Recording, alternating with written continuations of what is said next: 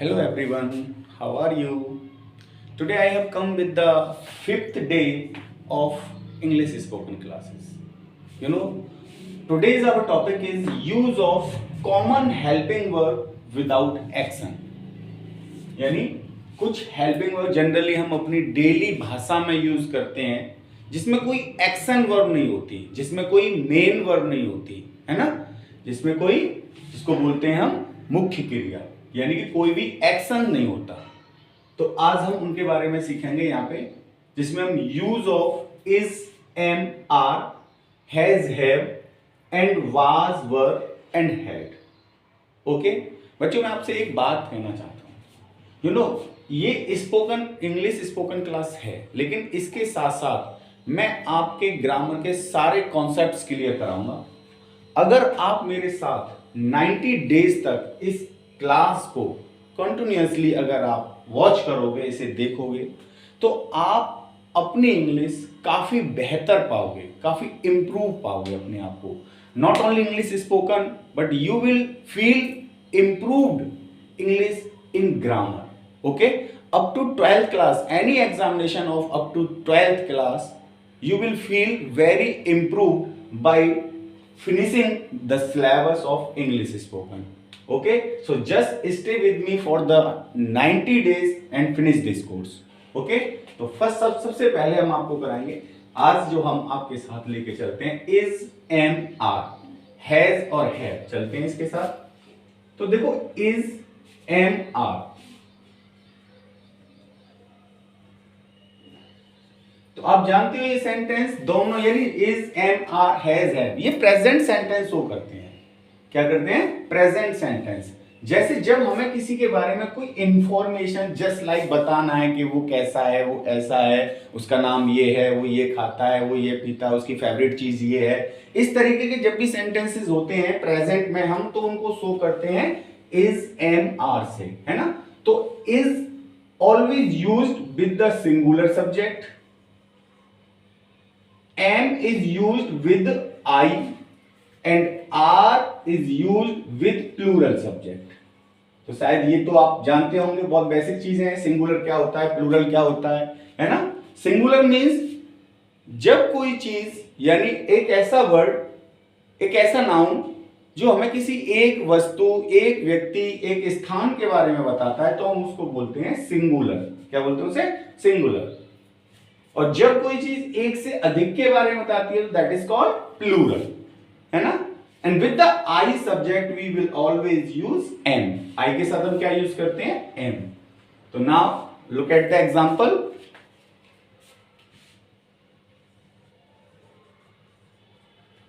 जैसे तुम्हारे पिताजी एक डॉक्टर हैं, तो हम सेंटेंस में सुनाएंगे your father is a doctor। Your father is a doctor। मेरे पिताजी एक टीचर हैं। My father is a teacher। है ना। मेरे पिताजी टीचर नहीं हैं, तो हम इसको बनाएंगे My father is not a teacher।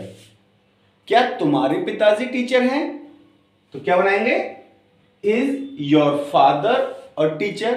No, मेरे पिताजी टीचर नहीं है। No, my father is not a teacher. और यस, जी हां, मेरे पिताजी टीचर हैं। Yes, my father is a teacher, है ना। तो इस तरीके से हम सेंटेंस को यूज करेंगे, पॉजिटिव वे में, नेगेटिव वे में, इंटेरोगेटिव वे में एंड इंटेरोगेटिव नेगेटिव वे में। जैसे आई के साथ, मैं एक विद्यार्थी हूं या मैं एक स्टूडेंट हूं, तो हम इसको बोलेंगे आई am a student. I am a student. मैं स्टूडेंट नहीं हूं, तो आई एम नॉट अ स्टूडेंट, है ना। आई एम ए स्टूडेंट, मैं एक छात्र हूं। I am not a student, है ना। No, I am not a student, I am a policeman, I am a businessman, I am a doctor. तो इस तरीके से ओके, अब इसको अगर हम इंटेरोगेटिव वे में बनाएंगे तो क्या आप एक स्टूडेंट हो, हैं? तो कैसे बनाएंगे? Are you a student?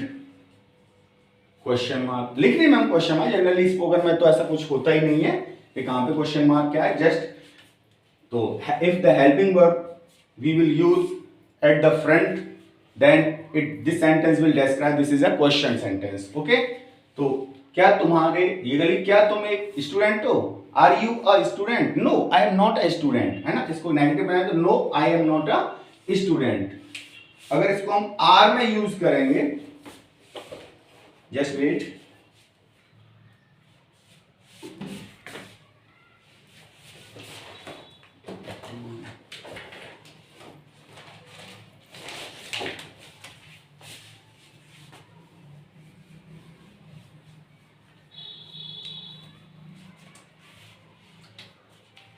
are.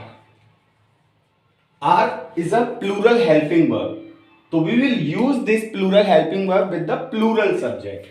Like they, we, है ना? They, we, you and more than one. और कोई भी नाउन जो more than one यानी दो, एक से अधिक हो तो हम are यूज कर सकते हैं। जैसे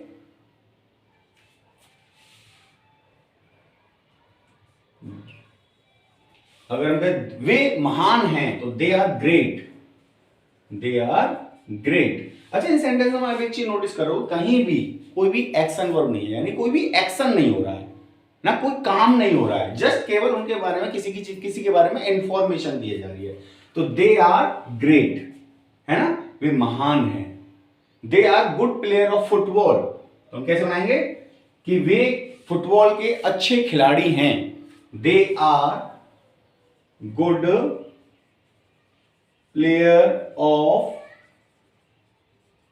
फुटबॉल, है ना, वे फुटबॉल के अच्छे खिलाड़ी हैं। वे फुटबॉल के अच्छे खिलाड़ी नहीं हैं अगर हम कहें no they are not a good player of football, just they are a good player of, they are good player of cricket, है ना। तो no they are not good player of football, they are good player of cricket, cricket, है ना। तो इसमें are का use कब करते हैं? When the plural subject is used, then we will use are as a helping verb. Okay? Now, come to the use of was and verb. Sorry, not was and verb, has and have. Has and have. Use of has and have.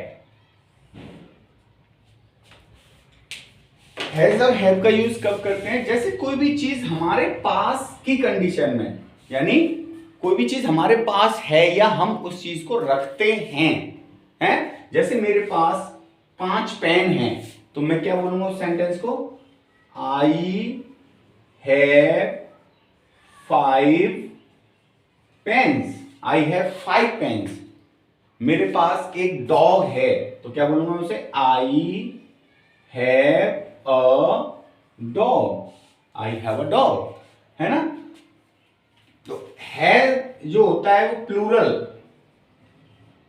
Subject के साथ आता है और has होता है वो singular.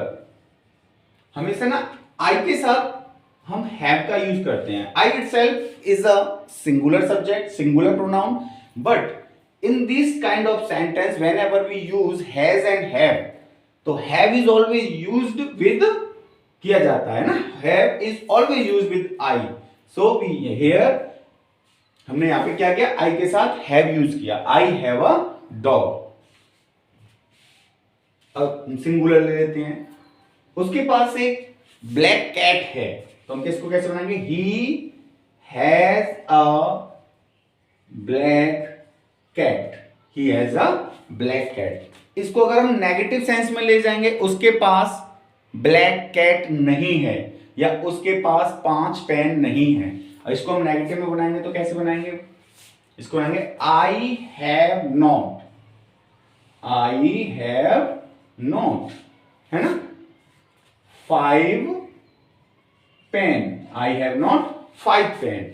Have not को अभी आप स्टार्टिंग में आप हैव नॉट का ही यूज करें, जैसे जैसे आपकी फ्लुएंसी इंप्रूव होती जाएगी then you will use have not with the combined sense haven.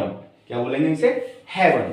I haven't 5 pen, मेरे पास 5 पेन नहीं है। इसको बोलेंगे I have not a dog, इसको हम ऐसे बोल सकते हैं I have not a dog, है ना। तो we can make this sentence just like this है। और इसके अलावा नॉट अ को हम रिप्लेस कर सकते हैं किससे? नो से। I have no dog, not a को हम रिप्लेस किससे कर सकते हैं? नो से। आई हैव नो डॉग, मेरे पास कोई कुत्ता नहीं है। ठीक है, अब इसको हम इंटेरोगेटिव वे में ले सकते हैं। इंटेरोगेटिव में क्या तुम्हारे पास एक कुत्ता है, या क्या तुम्हारे पास काली बिल्ली है, या तुम्हारे पास काला कुत्ता है, क्या तुम्हारे पास इतने पैसे हैं, क्या तुम्हारे पास ये है, क्या तुम उनके पास वो है। तो this kind of sentence are called interrogative sentence. तो हम इनको कैसे बनाएंगे? तरीके इसके दो होते हैं। एक तो जैसे मैं कहूं आपके पास 100 रुपीज हैं, हैव यू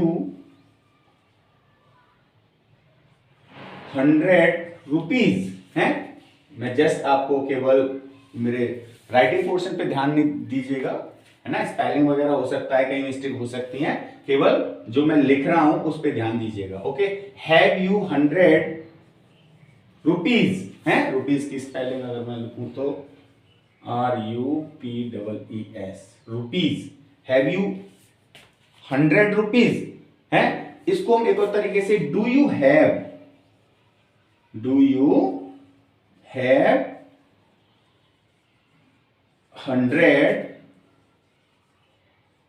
रुपीज है। डू यू हैव 100, तो वहां पे हम डू, अगर इंटरव्यू में डू यू का भी यूज कर सकते हैं और हैव यू भी बोल सकते हैं।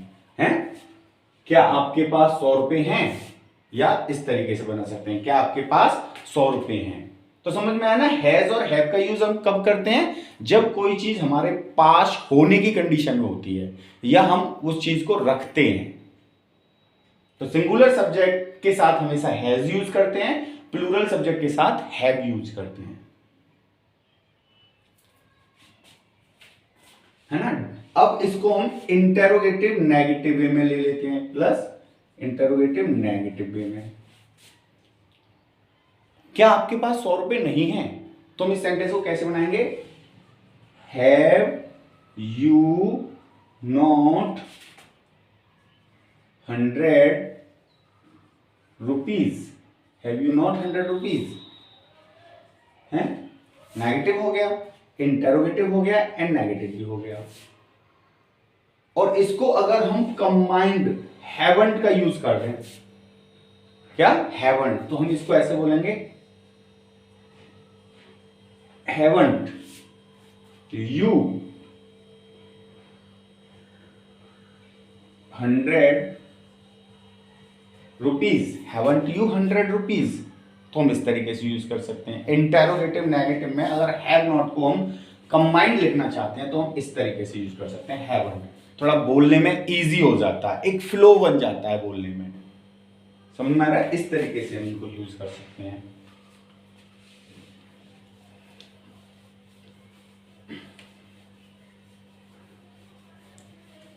तो आई थिंक ये आपके समझ में आ चुके होंगे। इज, एम, आर, हैज और हैव, है ना। All these 5 helping verbs represent the present tense and these present tense are used without the action verb. Okay. अब next come to the verb of was, were, had. तो was and were और had इनका use कहां करते हैं? Now look, where we will use was and were. तो these helping verb we will also use without the action verb. इनका भी use हम विदाउट एक्शन वर्ब करेंगे। जैसे हमने इज एम आर का यूज किया in the sense of present, present way में, just like that we will use was and verb, है ना।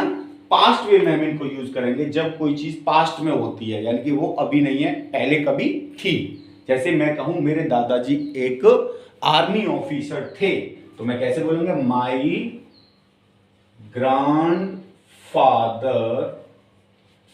grandfather was an army officer.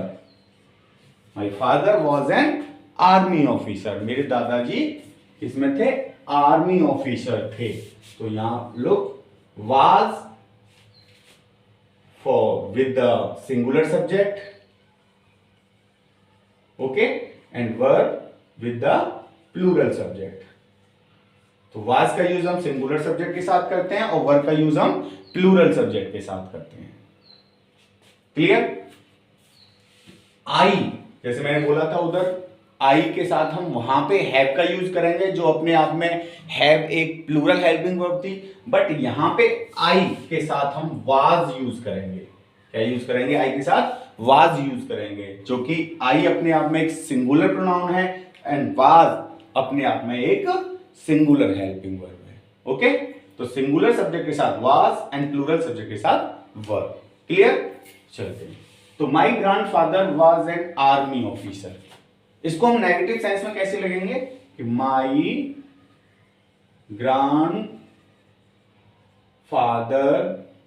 Was not an army officer.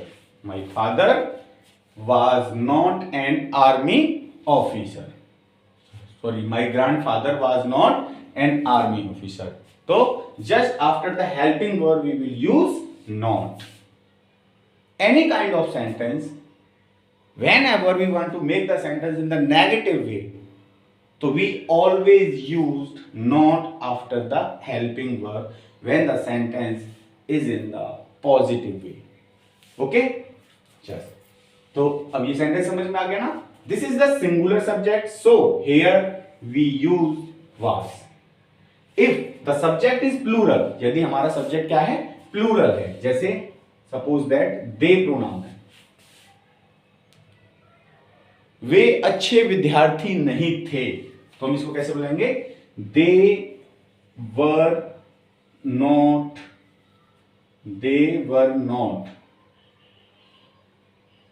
good students.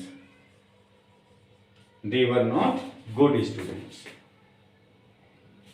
सिर्फ अगर interrogative बनाएंगे तो were they good students हैं, were they good student। इसको negative, interrogative negative में ले जाएंगे तो were they not good students, है ना। अगर हम वर और नॉट को कंबाइन में बोलेंगे हैं, तो जैसे wasn't ऐसी weren't, wasn't एंड weren't, है ना, इस तरीके से बोलेंगे।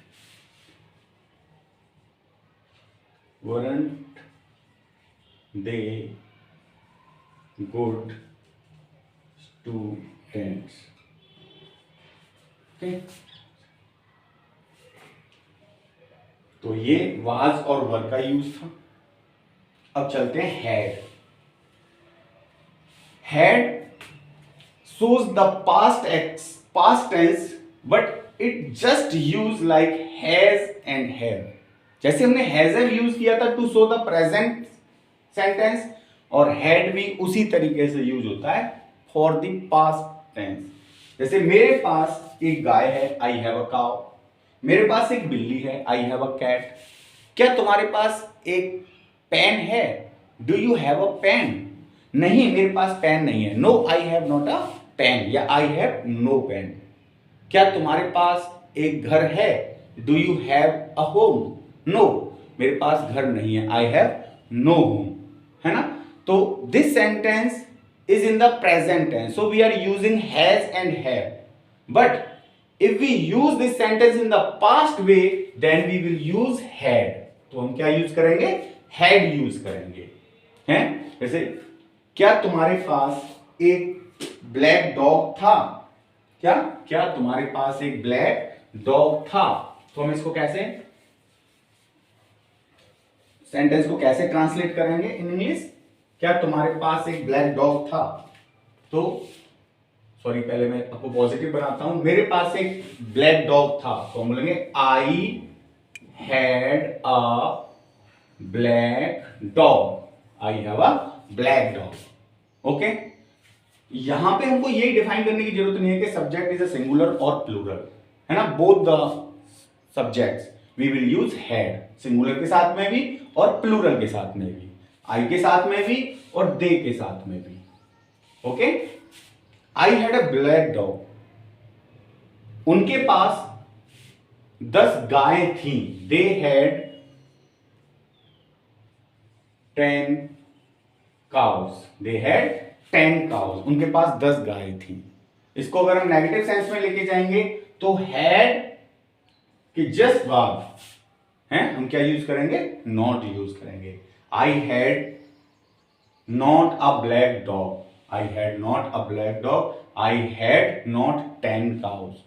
हैं? अगर हम इसको, जब सेंटेंस सिंगुलर होता है ना, जब किसी का कोई भी आगे जो ऑब्जेक्ट होता है वो सिंगुलर वे में होता है, तो हम नेगेटिव सेंटेंस जब भी बनाते हैं तो वहां पे इसको दो तरीके से, I had not a black dog. Okay. इसको एक और तरीके से, आई हैव, सॉरी हैव नहीं, हैड नो ब्लैक डॉग. मेरे पास कोई काला कुत्ता नहीं है. हैं? अब इसको अगर हम इंटेरोगेटिव में लेके जाएंगे तो कैसे बनाएंगे? इंटेरोगेटिव में अगर सेंटेंस को लेके जाएंगे तो नेगेटिव और पॉजिटिव आपने समझ लिया. इंटेरोगेटिव में हम इसको लिखेंगे तो हैड का यूज हम पहले करेंगे. Had they 10 cows. क्या उनके पास 10 गायें थी?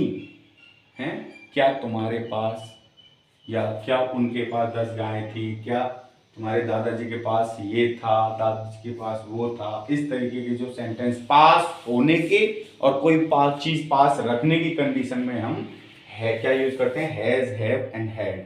Has have for the present sense and had for the past sense. तो समझ में, had they 10 cows.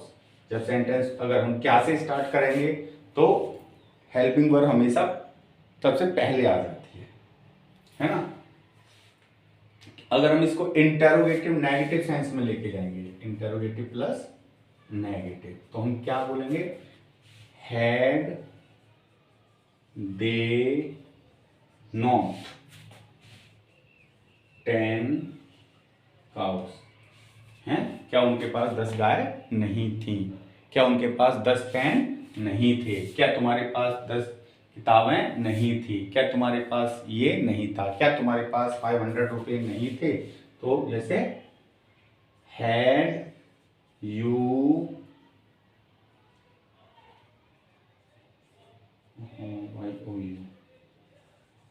Had you not 500 rupees. क्या तुम्हारे पास 500 रुपये नहीं थे? तो हैड पहले आए, हैडंट यू. और इसको हम अगर शॉर्ट वे में लगाएंगे ऐसे करके तो हम लिखेंगे इसको hadn't you. Hadn't you 500 rupees. Hadn't you 500 rupees. समझ में आ गया होगा. Use of is, am, are, has, have, was, were and had. Okay.